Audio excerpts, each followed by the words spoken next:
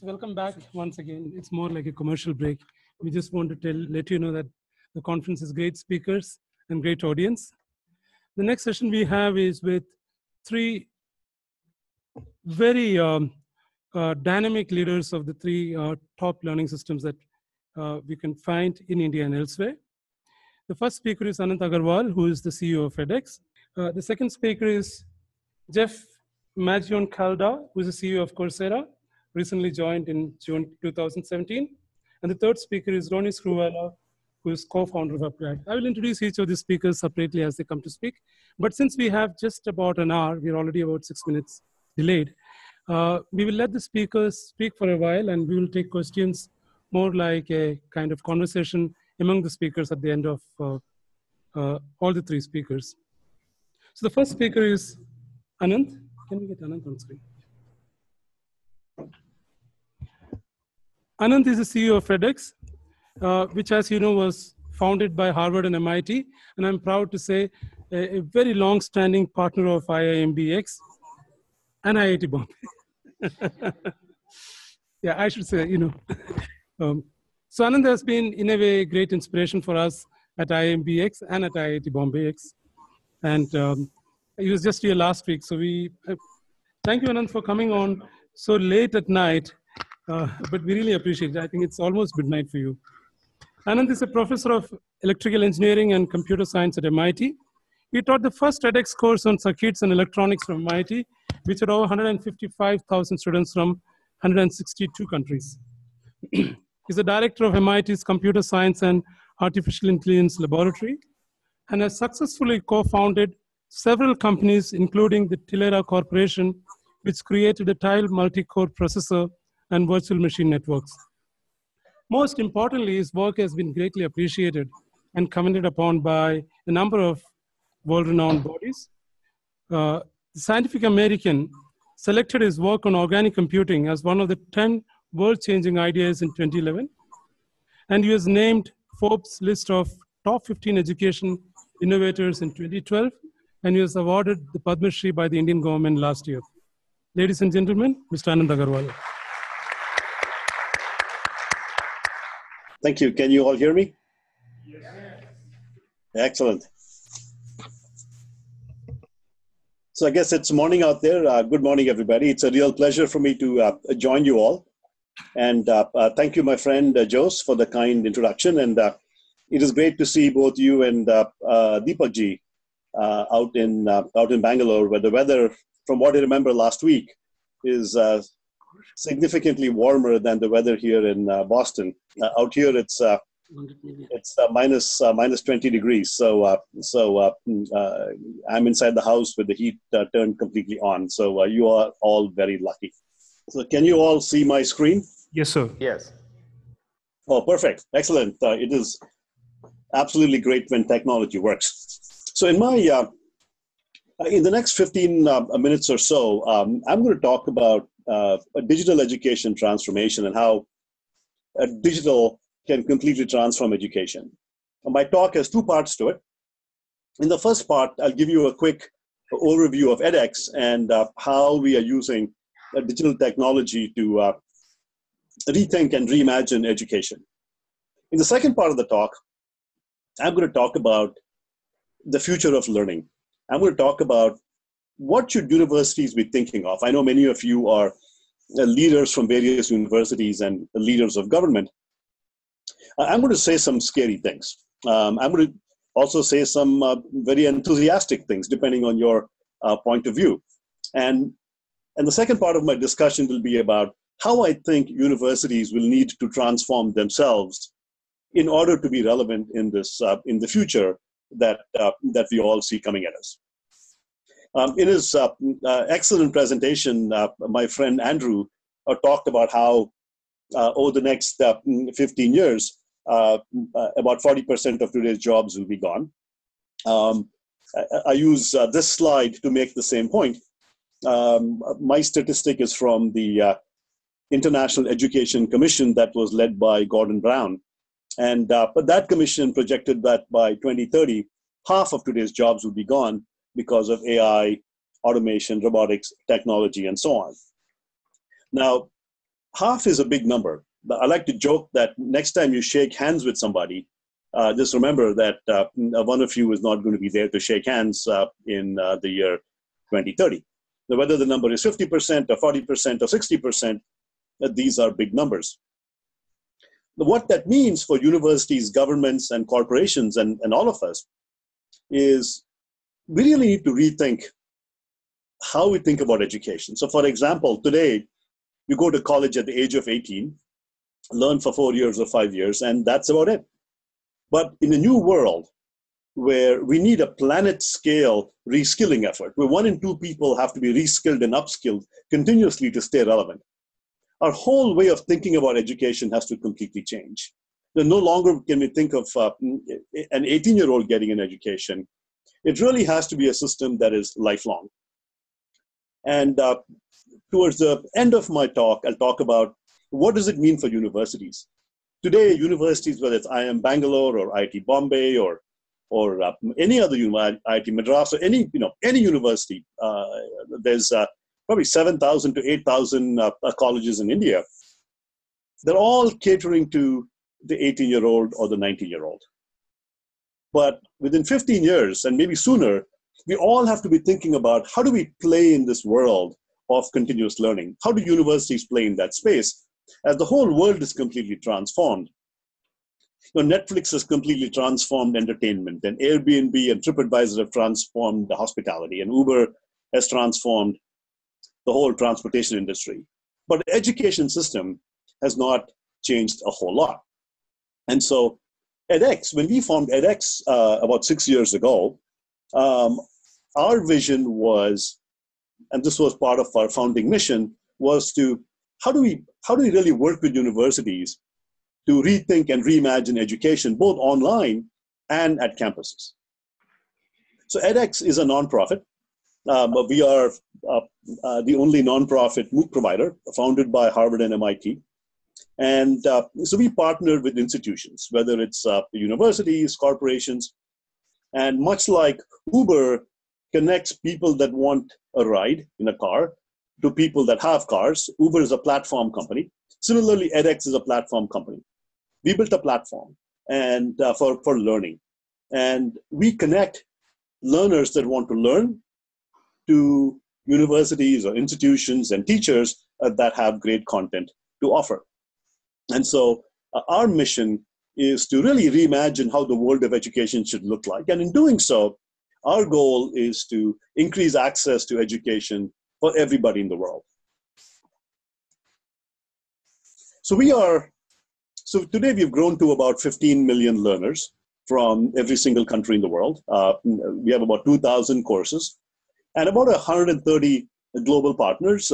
From India, our partners include IIM Bangalore, IIT Bombay, BITS Pilani, and Oxford from the UK, Imperial College, MIT, Harvard, Berkeley, University of Washington, others from the US. And there are 130 such institutional partners. We have about 50 million course enrollments. But numbers aside, at the end of the day, what's really exciting are the individual stories of learners. So here you see a picture of one of my favorite learners, Akshay Kulkarni. And Akshay, I remember I was traveling through Bangalore airport and I just checked in about, oh my goodness, I think it was 2 years ago.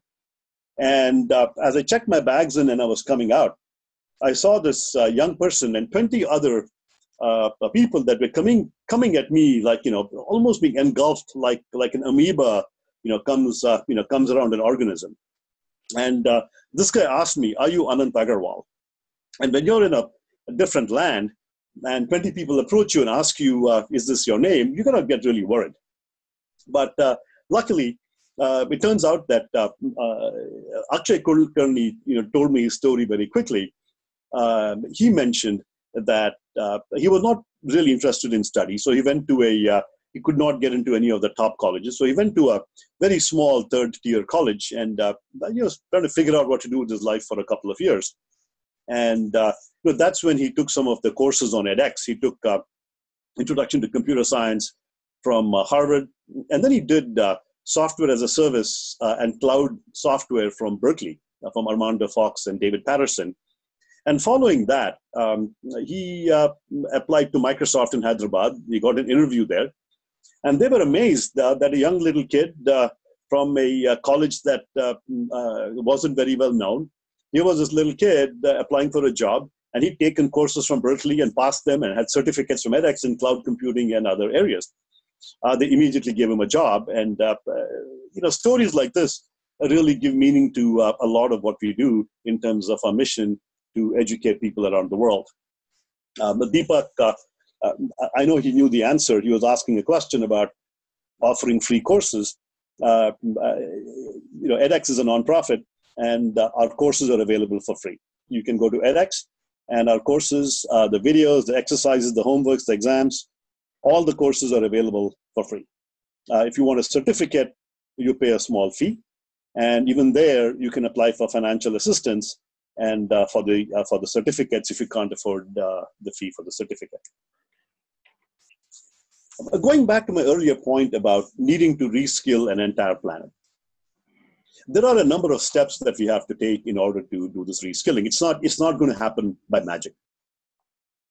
We have to create new kind of credentials that can work for people that are working. We have to work with universities. Universities have to understand how to cater to the population of people that are already working. So one of the things that we did along with our university partners is created a new modular credential for upskilling, a new modular credential for the 21st century. It's called the MicroMasters. So you all know about a master's or an MBA. You go to a university and you spend 1 or 2 years, you get an MBA. The MicroMasters is about 25% of a master's degree that you can get completely online. Once you've been working for 20 years, it's very hard to apply to a university and find your recommendation letters and get your GRE scores and so on. So the MicroMasters is completely open admissions. Anybody can start learning without having to apply. It's open admissions. And this is one of the beauties of digital technology in that everybody can be learning at very low incremental cost. Now, we don't have to have admissions where IIM Bangalore, for example, admits a very small percentage, about 1% of the people that apply. The same thing with the IITs, whether it's Madras or Bombay and others, admit 1% of the people that apply, which is really, really, really scary. The MicroMasters, on the other hand, lets anybody start taking the courses. It's affordable. It's so affordable that it's free. You can learn from the MicroMasters for free. But if you want the MicroMasters credential, think of this like a micro degree kind of credential. It's about $1,000, about 60,000 rupees.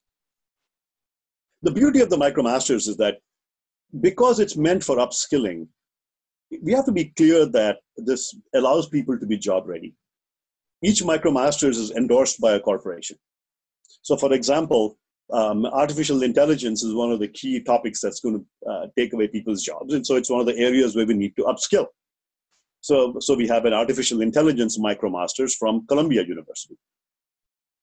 The other beauty, and this one is endorsed by GE. The other beauty of MicroMasters is that it offers a pathway to credit. This means that you complete a MicroMasters, and then let's say you apply to IIM Bangalore. IIM Bangalore has 2 MicroMasters in edX.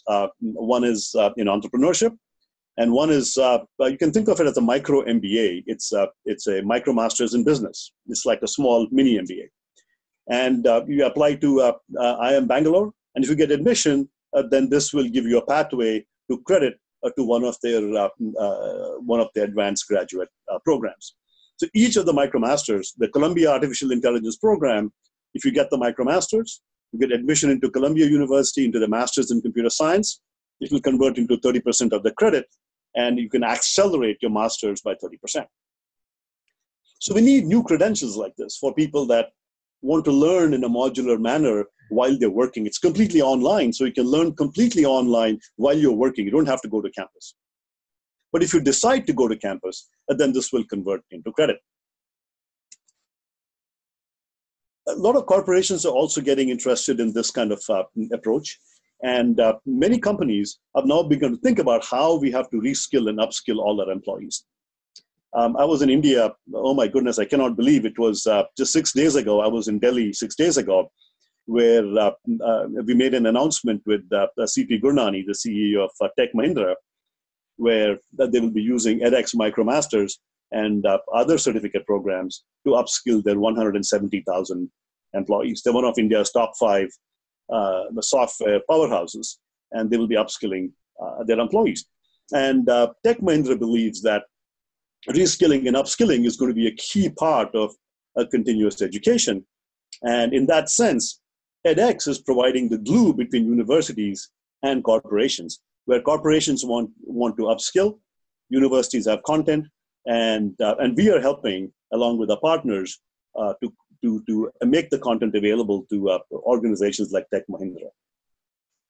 The other exciting thing about the Tech Mahindra announcement last week is that they are guaranteeing an interview to any person that completes, and any Indian that completes a MicroMasters in one of 10 fields. So if you complete a MicroMasters in artificial intelligence or cybersecurity or supply chain management or digital leadership, there's cybersecurity, there's 10 MicroMasters, and if you complete that, they will guarantee an interview to you if you are in India. So companies are also understanding now that there's a shared responsibility for upskilling our planet alongside universities. This is a shared responsibility. It's not just something that we can do ourselves. So as a nonprofit, we have made available the edX platform as open source. And our platform has now been adopted by many countries even, and universities. There's another additional 15 million learners, this number is a little old, on all the 800 open edX sites. So many countries, the ministries of education at France, Israel, Hong Kong, Saudi have launched national sites. The Stanford site, Lagunitas, is also launched with the open edX. Both IIM Bangalore and IIT Bombay have also launched open edX sites for their own campus and other uses. So in the remaining part of my comments, I'd like to brainstorm a little bit with you about the future of higher education. To talk about, as I said, talk about something scary and something exciting as to where do I think universities are going? Where do I think universities should be going over the next 10 to 20 years? I believe there will be 3 major trends.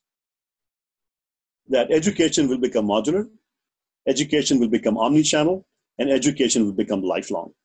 We already talked about lifelong education. Andrew Ng also talked about how organizations like Coursera and edX and others are all focused on facilitating lifelong education. Universities will also need to do the same thing. So remember, MOL, modular, omni-channel, lifelong. So let's take each one very quickly and see what that means for university. New credentials like the MicroMasters are already a modular approach to education. Once you're working, it's very difficult for you to come and get a full master's degree. You have 3 children, you're living in a family. How on earth are you going to come back and get a 2-year degree? We need new modular credentials like the MicroMasters. And so education will get more modular. Universities will begin to offer more and more modular components. And here's the example of IIM Bangalore's business management program. This is endorsed by Oracle. The beauty of modularity is that we can stack up these credentials. So edX has also launched online master's degrees. We have an online master's degree in analytics from Georgia Tech. It's for under $10,000 in analytics. The beauty of this online degree is that it's not just fully online, but it's modular, in that if you want just a piece of the degree, you can just gather the MicroMasters, and that's 3 courses, and you can leave. And you get the MicroMasters in analytics from Georgia Tech. You can stack up these MicroMasters, and you can get the full analytics degree. In the future, I believe, MicroMasters from different universities will stack up and to create online masters, and many edX university partners are already thinking about approaches like that. Modularity has many such benefits. The second thing is the future of education will be omni-channel. You probably all heard about Amazon's acquisition of Whole Foods, presaging that education is, that retail is going to be omni-channel, which means both online and in person. A big part of omni-channel will be even campus students will be allowed to take purely online programs or purely in-person programs. So just as one example, Georgia Tech launched a fully online computer science program for its freshmen on edX. And they allowed students to make a choice, take the campus course or take the online course. And the same thing at MIT. For the very first time in its history, MIT has begun to give credit for the circuit's fully online course on edX. And there's a research report that came out, which I've linked off of this talk. And you should go and look at the results. It's amazing. On-campus students reported a lot of less stress. They liked the flexibility. The students were given similar exams and they performed similarly. And so even for campus students, online can be a benefit, particularly when offered in the blended model. I know Deepak Pathak's whole teacher training program is a blended model. You can do more. With blending, universities will be able to use programs from other places. So this is the IT University in Pakistan. They have launched a data science master's degree on campus in Lahore. And a piece of their data science master's is the MicroMasters from University of California, San Diego. And so with this modularity and omni-channel, you can do a piece of it on campus and you can do a piece of it completely online. And you can stack and synthesize programs like this. Finally, in the last few seconds, education will become lifelong, where universities will need to think about how are they going to offer lifelong education. It's not enough to educate people for 4 years. This will mean we need new credentials like the MicroMasters for lifelong learning. We need corporates and corporate commitments and corporates to get involved. On edX, you can share your certificate on LinkedIn and other social mechanisms. And these are really important for students to be able to get connected into jobs and to be connected into employers. Now, universities should really think about what this means for them. And so to close, a university should really begin thinking about how they're going to evolve into this future world of education, where education will become modular, omni-channel, which is both online and in person, and lifelong. If universities innovate, those universities that innovate and take on these MOL components, they will thrive and succeed and become really successful. But those colleges that don't innovate, don't think about the future, would be at serious risk, just like human beings that don't continually learn would be at serious risk of losing their jobs. Thank you.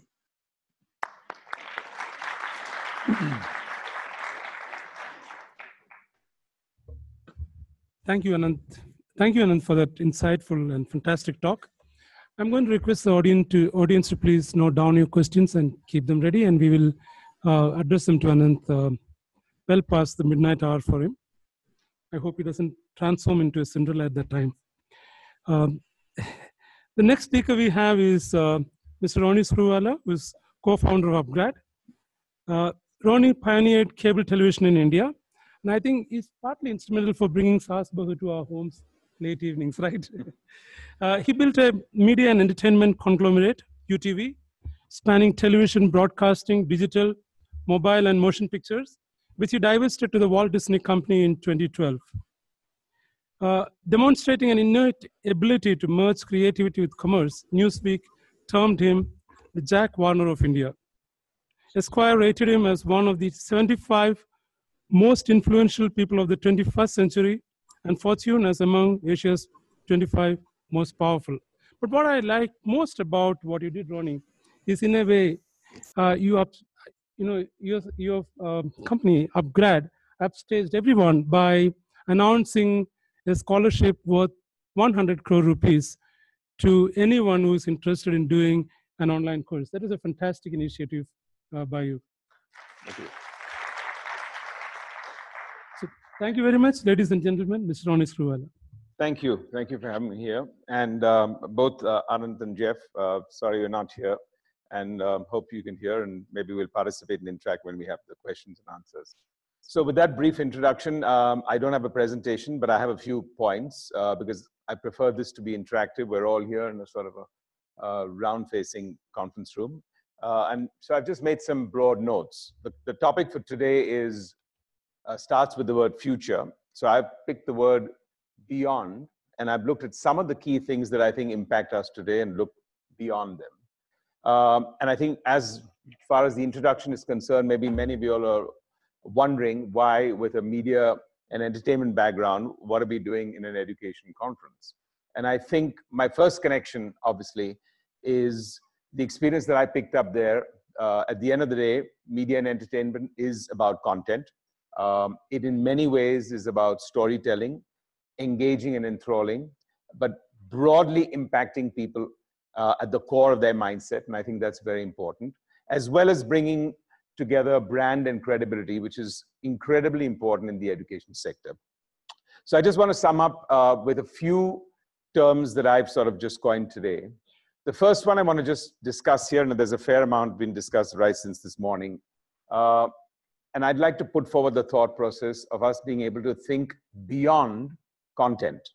And the reason I say that is, from the industry that I came in, every time a new technical innovation happened, from print went to radio, radio went to television, television went to the internet, everyone thought there was going to be a massive disruption, a massive closing of a certain sector and an opening of a new sector. And in many ways, it was always an and, not an or. And I think that's something that we need to understand and relate to also in the content space, and specifically in the education space. Because broadly, when we're looking at, and therefore my point here is, a lot of us, when we talk about education online, use the word content very freely. But I think education is a lot more, and it's much more beyond content in many aspects of the word. I think how we deliver the content and how we service the entire element and have that interactive session with students and young professionals is going to be the most critical one. And therefore, in some form, I would caution everybody in the aspect. This obviously requires the fact that the ecosystem that I think part of the online education system has gone to, which is free access, then gets you into words like aggregation of content and dissemination of content, which could have a sort of a question mark across the board. And so you brought up the question this morning about making it more affordable. I think it is absolutely critical and important that online education will make it much more accessible and make it much more affordable. But to actually constitute that can actually change and become free access, I would caution anyone and everyone thinking that there are models that are sustainable in that context, because if we don't deliver it right and if we don't service it right, the element of actually going out and just aggregating content is not the model for the future. And that's going to be a halfway job. So I think, number one, we need to think beyond content and the word content when we're looking at the entire ecosystem of online education. The second I would like to say is a little bit about the fact that today there's a lot of rhetoric in the sector and in the industry. And I would like to say we need to go beyond rhetoric. By that I mean, and I think, again, there's a fair amount of discussion today about displacement of jobs. Where I come from, in the sector that I come from, and the thought process, and as an entrepreneur, I'm a born optimist. And therefore, I think, and the world, to many extents, the challenges that are there between unemployment and employed, if you look at some of the emerging markets, and we come here from a developing country, these challenges will be there. Today, I don't believe that the risk of jobs is that as extreme as we all project it to be. Of course, we need to be conscious of it. But the world and all of us morph. I think massive opportunities. Most of us, when we look at the word job, actually don't think of the word self-employment, don't think of the word entrepreneurship. And I think we need to go beyond the fact that what we're going to lose and stop looking at the cup that is half empty, but start looking at the cup that is half full. I think it's absolutely incredible that technology is going to be able to displace and augment itself. What does that mean? And I think Andrew referred to that in the morning conversation, where he said, don't worry about the fact that 38% of the Americans will not be employed, but think of the 62% of the people who will get much better quality of jobs that will bring us a better. So that's the cup half full. And I think the balance 38% will figure out how self-employment, entrepreneurship, extremely new business opportunities that will come in either in a niche sector or multiple sector.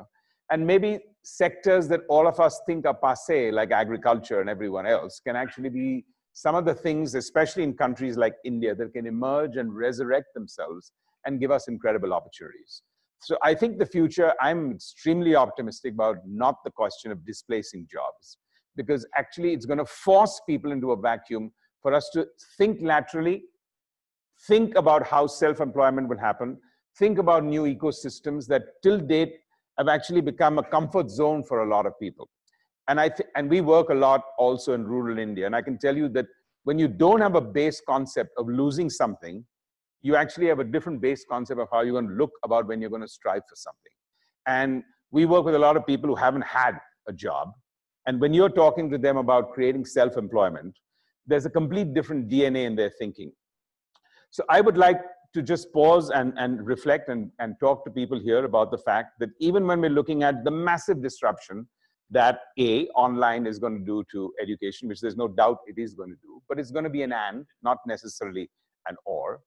And when we're looking at the entire threat of some of these things and what the opportunities are, we should go beyond the rhetoric of some of the things that we've talked about. My third context here is really about beyond degrees. And I think there, Anant has actually sort of almost taken a large chunk of what he said to summarize exactly that thought process, where he's talked about the micromasters, he's talked about micro degrees. So I think, yes, today what's going to happen is between the fact that learning is going to be an ongoing process and learning is going to be a lot more bit-sized. And I know for a lot of people sitting in this room, this could actually be a big challenge because there are enough discussions whether you can actually have learning and education in a snacking model. And the answer is yes and no.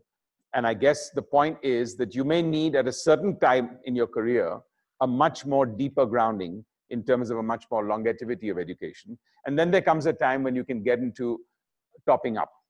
And I think therefore the future of, we'll have to question the entire element and go beyond degrees.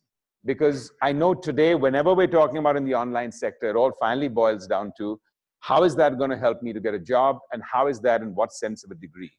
And I think we're not going to be able to find answers at scale if we keep the degree as the bottleneck for what we want to do in the online space. And that's just something that everyone needs to introspect, depending on whether they come from a consumer company today, or they're an IT company, or they're an educational institution, or they're an online company, or they're a brick and mortar university. For each of everyone here, the context of what degrees mean today and what they would need to mean for the students of tomorrow. Because the definition of student is obviously changed dramatically. Because the most popular perception for all of us is students as to an age degree. But more and more today, all of us are actual students on an ongoing basis. And therefore, relevance of the word degree, and if you keep that as a bottleneck, what is that going to do to the pipeline of online education? I think that is the other one. The fourth I would like to talk about is going beyond academic years.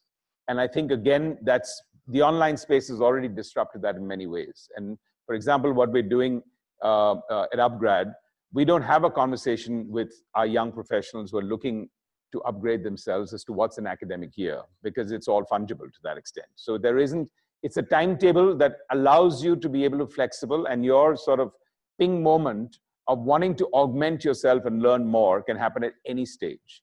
And therefore, this context of an academic year, we'll have to go beyond that. It may happen that when you're starting up and you're still in that 16, 17, and 18 years, it'll remain. But outside of that, I think we're going to be able to do it in a much more different way. Lastly, when I come to my beyond words, I think we need to look at beyond markets. I think in many extents, we kind of generalize and look at the whole world as one place. And most of us constantly talk about the global landscape. Yes, there are a certain amount of things that technology has done, which is global, but there are some things that will need to be market specific. And many things that are going to be very unique for the US are not going to be very unique for China, India, Indonesia, and many other markets. And many things that are going to be unique here may not work elsewhere. And I think if you look at some of the challenges, especially when we're talking about the Indian market here, they're different in many aspects. I think when we're looking at people moving from undergraduate to graduate, for example, the compulsion in our socio-economic sector for us to actually start earning and getting to jobs much earlier than the facility and the availability. It's not just the accessibility and affordability of educational learning. It's about the compulsion you need to do about how you need to start generating and being a living member of your household. if you take that as a trigger point, you'll have to use a different benchmark of how you look at whichever part of education, because we can't really service just the top of the pyramid. So I think we're going to have to go beyond that thinking. Overall, when we're looking at access, whether it's terms of technical access or broadband, various things that happen in different countries will have different benchmarks everywhere else. And so also as when we come to price points. So I think overall, we need to look at some of these and think about some of the things that have got the cup half full and cup half empty, and look at how we're going to benchmark. I'd just like to close with my comments on 2 or 3 things. Essentially, the reason why all of us at UpGrad are in this is because we believe that these are problems that need to be solved, and these are challenges that we need to be solved at only one word, which is scale. And I think the only radical change for us is that while phenomenal institutions that live in the brick and mortar world can make changes to people's lives, but they can do that in thousands and 5,000 and 6,000 at a time. The ability is for a country like India, how are we going to be able to do that at scale? And I think obviously online brings that platform to where we're talking about at scale. I think just recently I read part of what I think really we do in this sector, we need to differentiate between visioning and prophesizing. And I think many of us at this stage, it's too early in the day. So I don't want to sit here and sort of prophesize on where I think education is going to go, or where I think online education is go, or where I think the job market is going to go, or where I think each of us as individuals, as entrepreneurs, or as people leading organizations, is absolutely critical for us to vision big so that we can be disruptive and build those companies. But I don't think right now any of us can be prophesizers of where that's going to lead, because there is the entire other side of it. The consumer, its accessibility, market, geographical discrepancies that are going to happen. So again, I would like to just leave that thought here, that I think it's our job to be visionaries, but not necessarily be able to prophesize exactly. Because what if we build our vision based on the prophecy of what we think this is what's going to happen, I think our vision is going to get a little skewed. Which is why I want to just end with one thought that I read a couple of days back and was brought to my attention, that the prophecy there, and I'm using that as a prophecy, that's why I wanted to give that, was the largest internet company in the year, by 2030 is actually going to be an online education company and not an e-commerce company and whatever else. So it's very gratifying, and it spurred my vision to an even greater height. But I'm not going to rest on that and say, well, that prophecy is going to come true. Now I'm going to hold on to that. And this is where education is going to go. So, and I think we need to differentiate between visioning and prophesizing. And I think for all of us who are practically, and in a very practical way, trying to find ways in which you're going to augment this sector, if you can analyze and keep the difference between the two, I think we'll all make some great headway. So thank you very much for having me here. And it's been I'm happy to have questions and answers as we go forward. Thank you.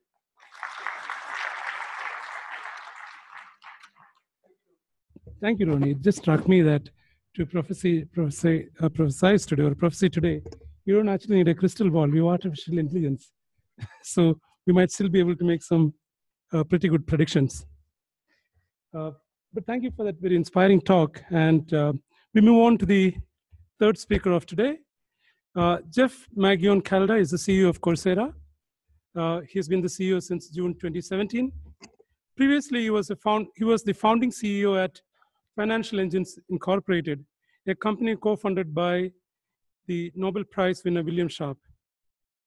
Financial Engines grew rapidly under Jeff's leadership, providing a high-quality online investment advice that helped millions of people save and prepare for retirement. And yesterday we saw that how learning to retirement, and there is no retirement. I think he just made the logical next step to move into lifelong learning. Jeff has also worked as a consultant at McKinsey & Company and Cornerstone Research, and continues to serve as the director of Silicon Valley Bank Incorporated. He holds an MBA from Stanford Graduate School of Business and a bachelor's degree in economics from the Stanford University. Ladies and gentlemen, we're delighted to present Jeff to you.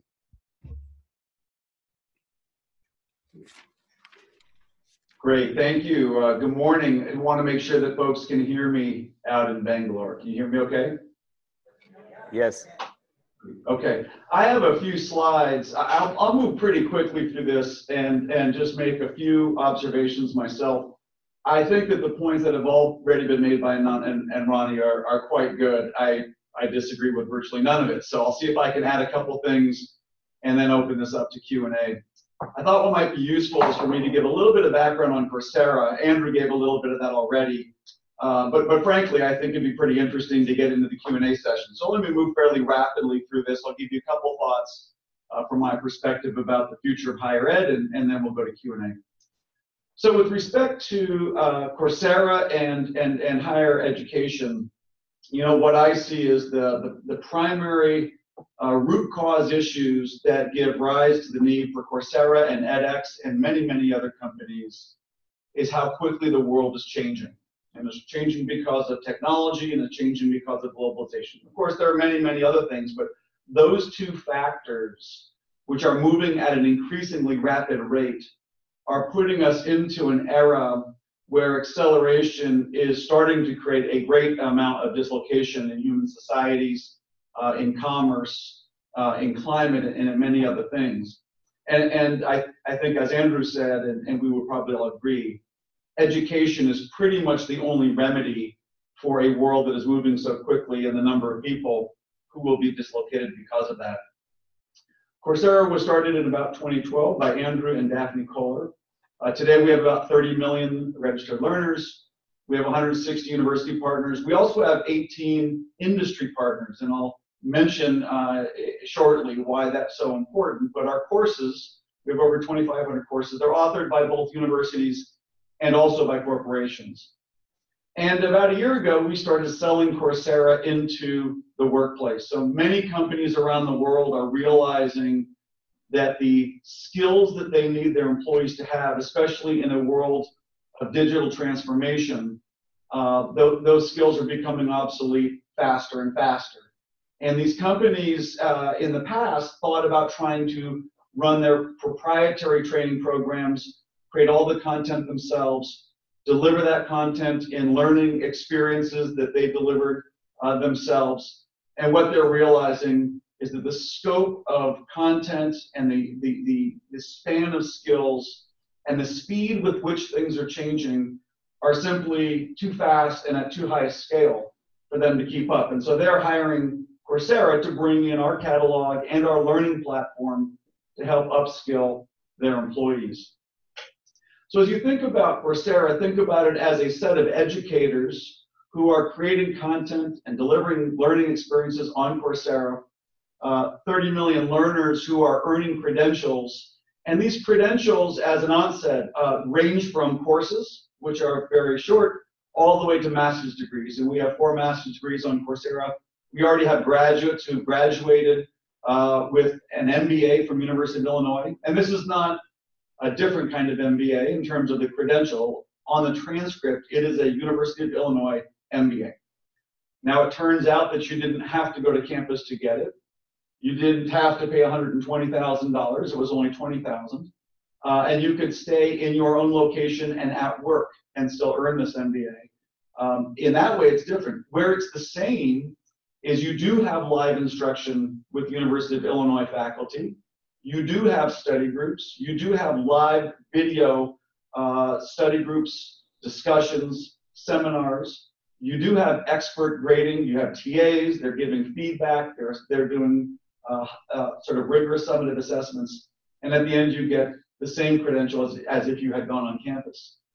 But I think many people get a bit confused or perhaps distracted by the success of MOOCs and believe that purely video-based, self-paced learning is really the only innovation that online learning will bring to the higher ed market, when in fact it is really just the first instance of a broad transformation and redesign of higher ed, which integrates online and other types of technologies into the higher education experience.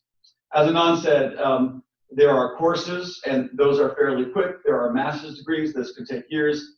And in the middle, we're seeing an explosion of credentials, different sizes, different shapes, different domains, different prices, and they're coming from different issuers. Some of these smaller credentials are coming from universities. Many of these smaller credentials are coming from companies in industry. For instance, tomorrow we're going to be announcing a Google IT support certification, where Google has authored courses. It's an 8 to 10 week program, costs $49 a month, and it will take, over the course of 6 courses, someone with no college degree and someone with no technical background can actually become a qualified IT support professional, and is actually being delivered on Coursera, but authored by Google, and the certification is sort of credentialed by Google. And so you'll have an amazing and very dynamic marketplace, not just of content, but also the learning experience delivery and the credentials as well. When we look at what's happening among our population globally, we have 30 million learners. 3/4 of them are not in the United States. When you look at our learners in India, they are more than on average enrolled in tech and business courses. They are generally younger than our global population, and they represent one of the largest countries, I think only behind the United States. So I've taught 4 countries, the US, China, India, and Mexico.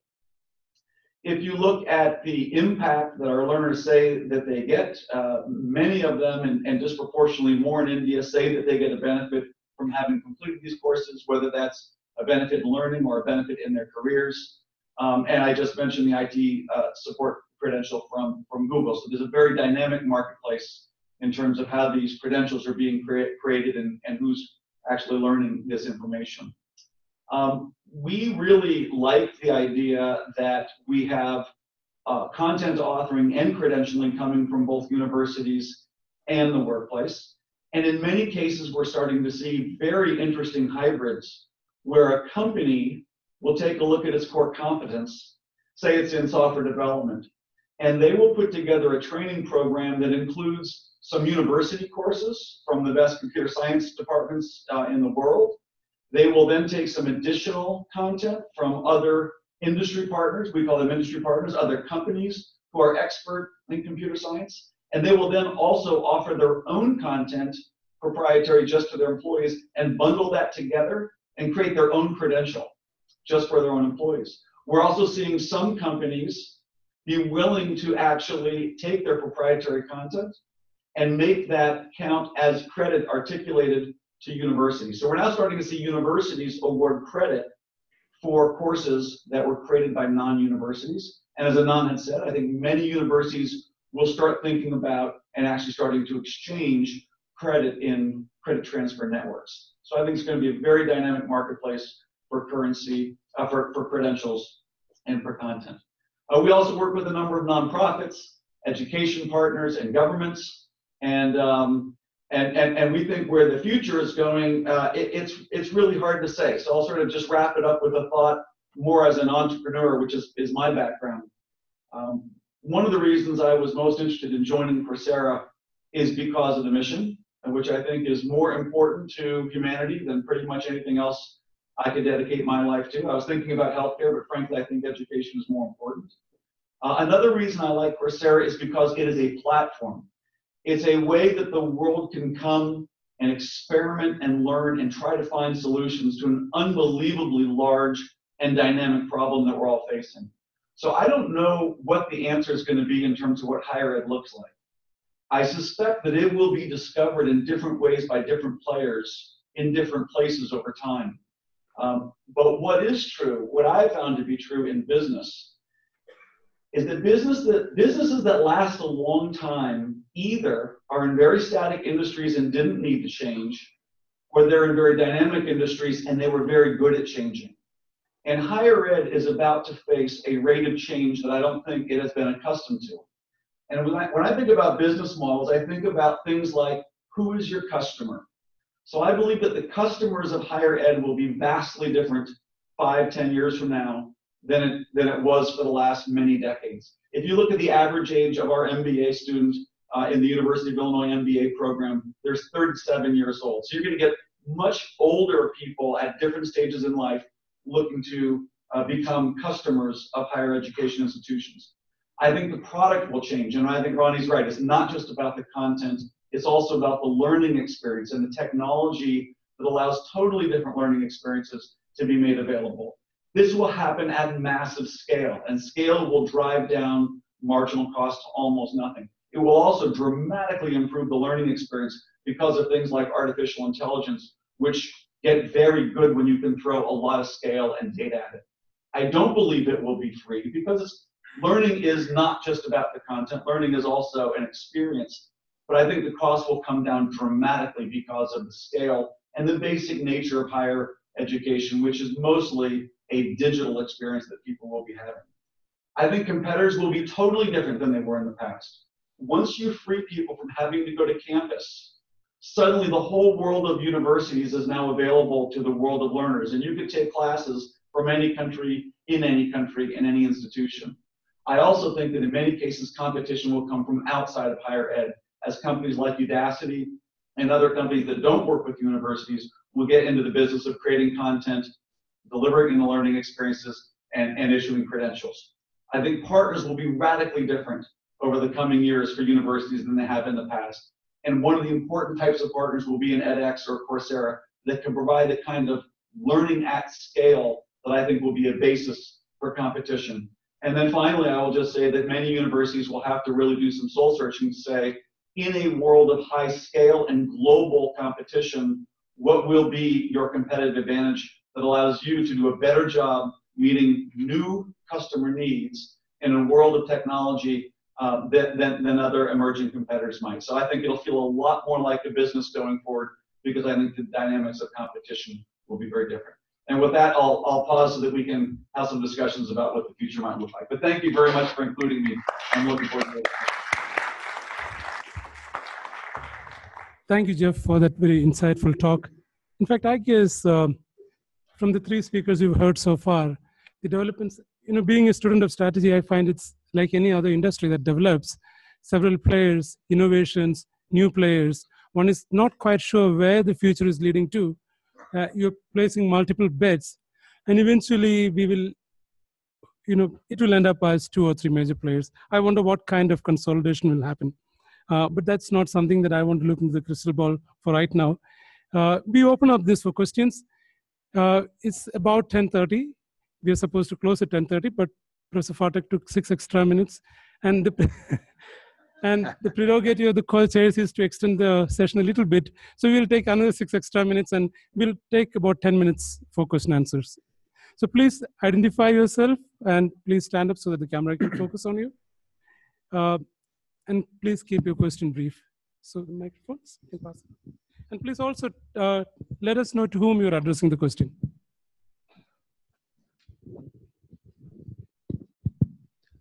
Jeff, hi, my name is Ishan. Can you hear me? Yes, I can. I manage the Udacity business in India, GSB09. Question for you. You ended with competition coming in. So with global players, some specific to India, with global players in India like Coursera, edX, Udacity, Linda, Pluralsight, and then strong players emerging from India like UpGrad, Simplilearn. How do you see the India market evolving in the online ed space? And do you foresee consolidation in the near future, or it will take more time? I'm not really sure. I often, when I'm not really sure, I kind of go to first principles. So I would say that you look at the fundamentals. Of course, education is different. I mean, obviously, K through 12 is very different from higher education. And higher education, liberal arts is a bit different, and for undergrads is a bit different than it is for grad students, master's degrees. And that's very different from PhDs. But if we talk about kind of bachelor's degrees and master's degrees, the more traditional higher ed, I look at it as the way that the market has worked, although it's been a bit more obscure. But for me, and I have 3 daughters, 2 of whom have graduated from college. The third is a freshman in college. To me, the basics of this are that learners, they want to learn, but mostly they want to earn a credential that signals how fit they are in the job market. And they go to institutions, which are typically, in the past, have been universities, partly through the selection process and partly through the conferral of a diploma, what they do is they issue a credential. So you have the learner wants to earn a credential, the university will issue a credential. But the linchpin, although it's been a little bit non-obvious, it'll become much more obvious as the world goes forward. The linchpin actually is the employer who rewards the credential. And ultimately, learners are going to want to earn the credentials that will be rewarded in the marketplace. So when I think about India and I think about markets and I think about how might markets emerge, there is regulation, so that might be different by market, and that might favor some local players. But I think it will be a scale, I think it will be a scale business. I think as more and more jobs go online in the cloud, there will be continued globalization of the labor market. So I think there'll be local markets, but I think it's going to be pretty global. And I think it's going to be global competition. And I suspect that scale will be a big play, partly because of the marginal cost of delivery when you're at scale, partly is the network effects that will accumulate to people who have the biggest catalogs and the largest distribution to learners and employers. But a lot of it too will be the data and the machine learning that actually creates a superior learning experience at scale. So I suspect that the future will favor scale. And although there might be local solutions, scale players will probably do quite well.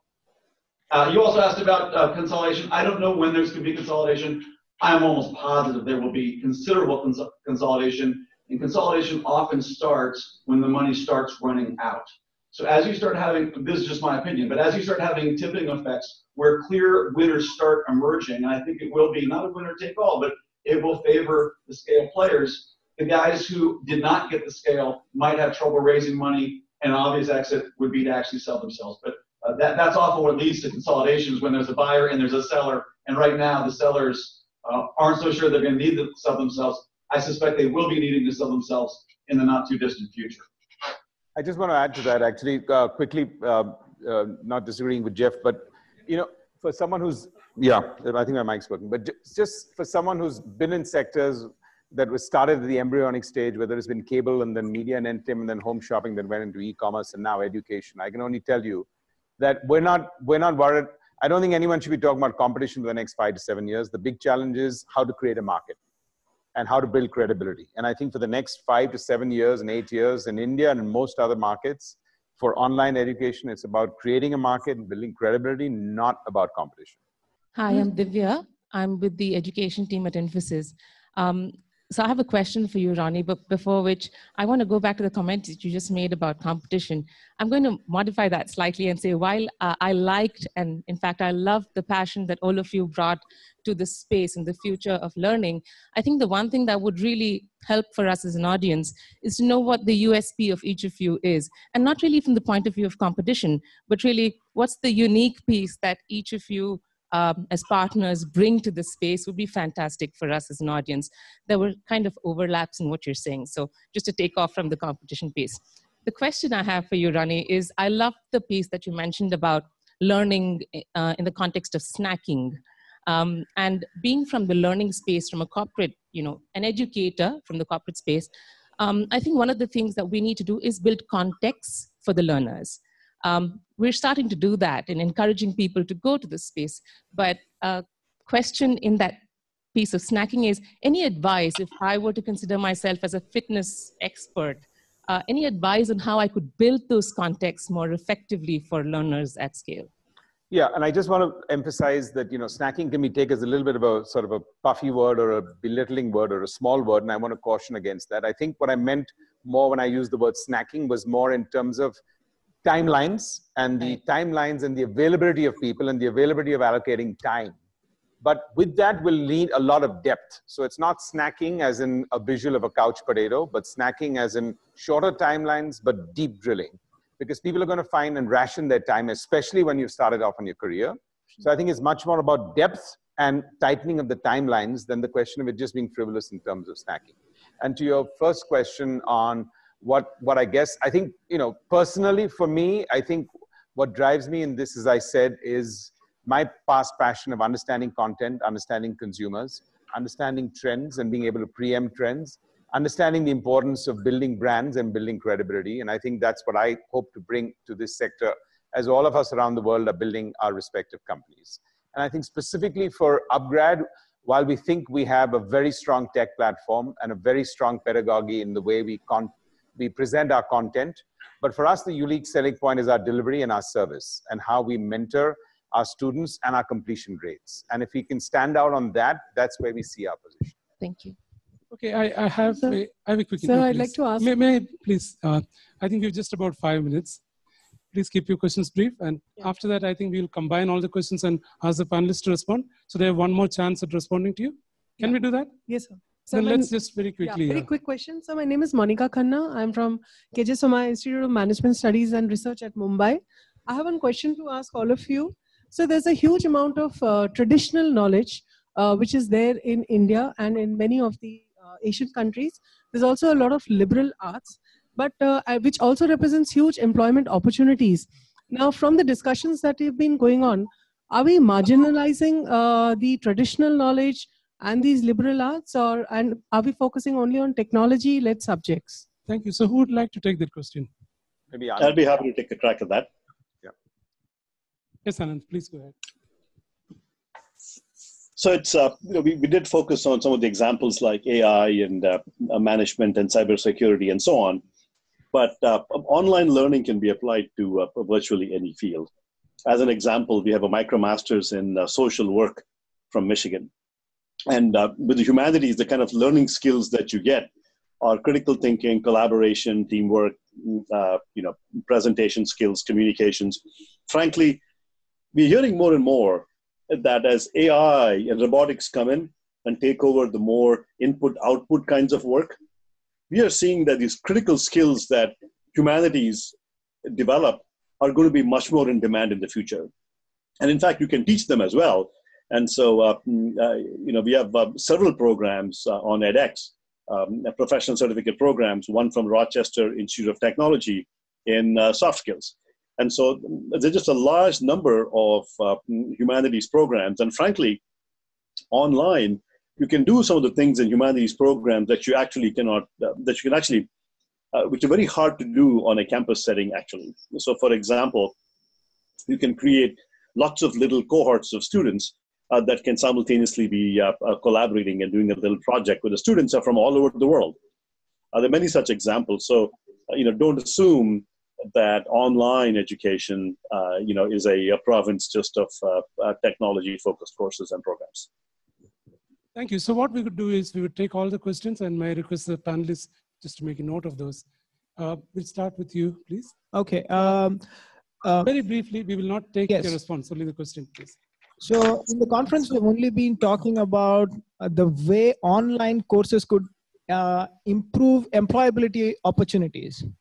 Now I'm wondering, since we have a professor from MIT, how these online courses will change the research landscape, because right now research only happens at MIT, Berkeley, Caltech, in those real estate spaces. Will they now start happening outside? Thank you. Anant, if you would hold on to that for a minute, shall we take the other questions too? Yes, sir, please. Sure. Hi, my name is Amit from Fidelity Investments. Question to you, Ronnie. Do you think we have any market for a credential kind of a platform where all the learners can put their credentials across all of these platforms in one place so that employers can find them more easily? Thank you. The last two questions. You have a question. My question is to the panel. I'm Dr. Sarit Kumar. See, we are talking about knowledge transfer. See, when it comes to IIMs and IITs, it is understood. The cutoff is very good. But I'm talking about the tier 2 and the tier 3 universities. Now, knowledge transfer to getting a job. So are we developing something online so that they can crack the jobs? Because the crash ratio is very high in the tier 2, tier 3. What all are you doing for, increasing the crack, increasing the job scenario? Yeah, the final question. Yeah. So I'm Durga Prasad. I'm coming from TIFA. So my question is again related to what the gentleman has asked. Most of the discussion that's been happening here is related to skilling and employability, perhaps because of the audience. What do you see the scope of MOOCs and others in K-12 level, that is school level, and where our understanding about the nature and process of learning are further important. And a little scaffolded question is, at MOOCs, at whatever level it's being delivered right now, like, are there any specific topics or areas where it is impossible to deliver content or where it is very difficult to deliver content? Thank you. Thank you for your questions. Anant, we'll start with you, then move on to Jeff and then to Ronnie. Sure. I'm a really big believer that universities will need to become omni-channel, which is offering both online programs and in-person programs. Your question was about how will online change the research landscape? So I'll give you one concrete example. I've been in conversations with many of the IITs, IIT Bombay, IIT Madras, IIT Delhi. One of the challenges that the IITs face is for people that are doing research and PhDs, it is very difficult for each IIT to offer a complete set of research courses. So whether it's in IITs, the same issue occurs at every other university, MIT or other universities, where if I'm doing a specialty topic, it's very difficult for my university to offer 50 courses in 50 different topics. In-person education simply does not work very well when you want to offer 50 different kinds of personalized things for 50 different people. So one of the conversations we've had with the IITs is that, what if each of the IITs were to create some of the specialty courses for research, and so students from all the IITs could then go and share and watch all of those courses. So this way, the beauty of online is that you can really, really facilitate sharing. And by sharing across campuses, you can get incredible efficiencies. So that is just one concrete example of how online may help the research landscape. And there are a number of other examples, but I'll stop here. Jeff, would you like to make some closing comments, and then we go on to Ronnie? Yeah, I'll respond to the final one on the scope of MOOCs as it relates to K through 12. A couple quick things. If you look at the folks who are really today taking a lot of advantage of online learning, in many cases, they are well-educated folks who already have a background in math or statistics. I think it is more important than ever that there's good foundational education that's happening. And K through 12, employers are not going to pay for that, and many parents can't afford to. There's really a government challenge to make sure that children get the really good fundamentals of education so that they can avail themselves of great online courses as they get older. I think it's really important that all kids get an equal footing, and that governments will have a big role to play in that. And if they don't, then the inequality might expand over time as further learning opportunities cater to folks who have those more foundational skills. When we think about the limits of MOOC, I would say, think about MOOCs. One of the sort of enabling factors for MOOCs was the ability to put video in the cloud and deliver it over broadband. A lot of our learners watch these videos on a phone. When our MBA students are doing their interactive sessions, they are actually doing the equivalent of Skype or FaceTime calls, live video conferencing on the phone. Many people have become, I think, over-identified with MOOCs as just a video player. It's not so much about a MOOC. I think it's much more about how technology will change the learning experience. It will certainly be the delivery of video. It will be automated and expert grading. It'll be personalized grading. It'll be much higher touch student servicing at scale.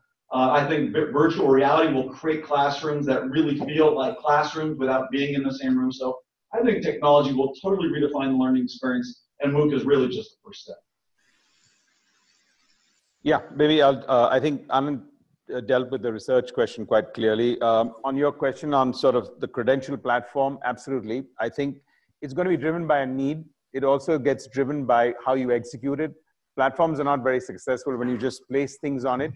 And most of it is who's it for, and the beauty is always in the eye of the beholder. So if there is a utility for HR heads, CEO heads, and corporates and companies to channelize something that could be so abstract, I think most of these platforms need a lot more curation and a lot more activity. So the concept is absolutely doable, but it's all about the execution and all about the beholder and the usage of that.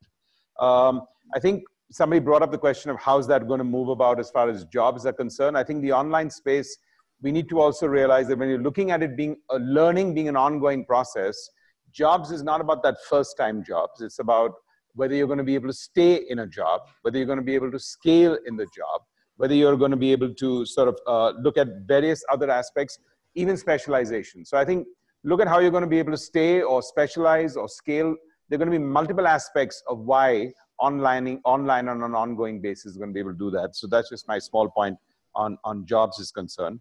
I do agree that overall, when we're looking at the K-12 sector, principally, I think it's going to be a lot more in terms of augmentation so that everyone can be at one same level, as much as tuitions in some way helps it.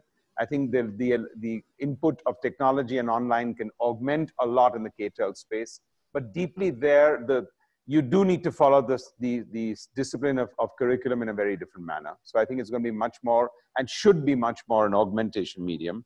And lastly, as far as MOOCs is concerned, I'm not a firm believer in it. I think there's too little skin in the game for people. I don't think education or learning can be on a free basis. So I don't have much to say on that. Okay, just as the prerogative of the moderator, I have a question for all of the three panelists, and you can just simply answer it with an yes or no. Will there ever be a day when we will get to see an edX university, a Coursera university, or an UpGrad university offering degrees on their own? Just an yes or no would do. Yes, I think that depends on governments and states. It doesn't depend on ambitions. Thank you. So yes. Okay. Jose, you have to allow me a couple of sentences. I will say no. And the reason goes to my first premise, which is education will become modular. When education becomes modular, yes, edX there will be people getting degrees on the platform, but when education becomes modular, the learning might come from IIM Bangalore. The student might be learning on edX. The credential might come from a government authority, but the career placement might come from a company.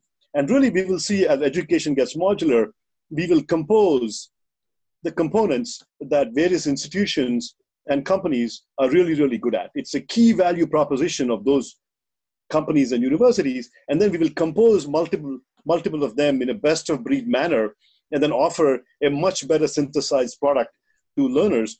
Much like if you look at the iPhone, for example, it is not a single product. It's an unbundled product where apps come from one place, the phone from another place, the service from Airtel, and so on and so forth. In the same way, I think in 10 or 15 years, education is going to become much more modular and unbundled. There's a comment from the audience that you're taking away our business. But for no, the idea will be to expand the business. Yes. So Jeff, would you? No. That's quite a quick and clear answer. I think this is a fantastic panel. And as with every panel, I wish we had some more time, but we don't. We have to conclude here. I think we need to give them a great applause. Ronnie, please wait. Ronnie, would you wait? On behalf of IIM Bangalore, we would like to present Ronnie with a memento. The other two panelists get a virtual memento, which will be Anant and Jeff, sorry, you're not going to get the memento I'm getting on.